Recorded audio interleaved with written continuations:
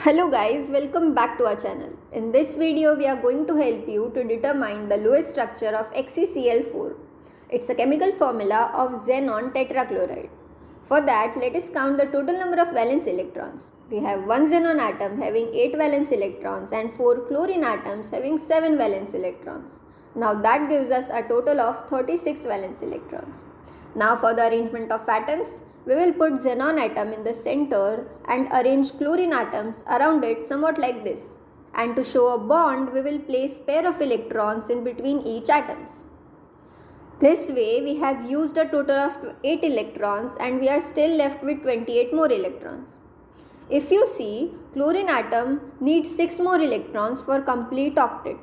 So we will assign 6 to each of chlorine atom, and by doing so, we will be using up total of 28 electrons and we are still left with 4 more. Xenon can expand its octet and can hold more than 8 valence electrons, and so we will assign it remaining 4 electrons. All the atoms has complete octet in this Lewis structure. Let us calculate the formal charge of each atom just to confirm that this is the best possible Lewis structure. For xenon, we have 8 valence electrons minus 4 non-bonding electrons minus 8 divided by 2, that gives us 0 formal charge.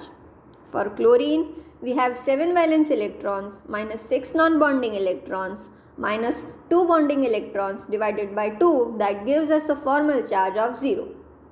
Each atom in this molecule has 0 formal charge, and thus we can say that this is the final Lewis structure of XeCl4. For more such videos, make sure to subscribe our channel, and thank you for watching.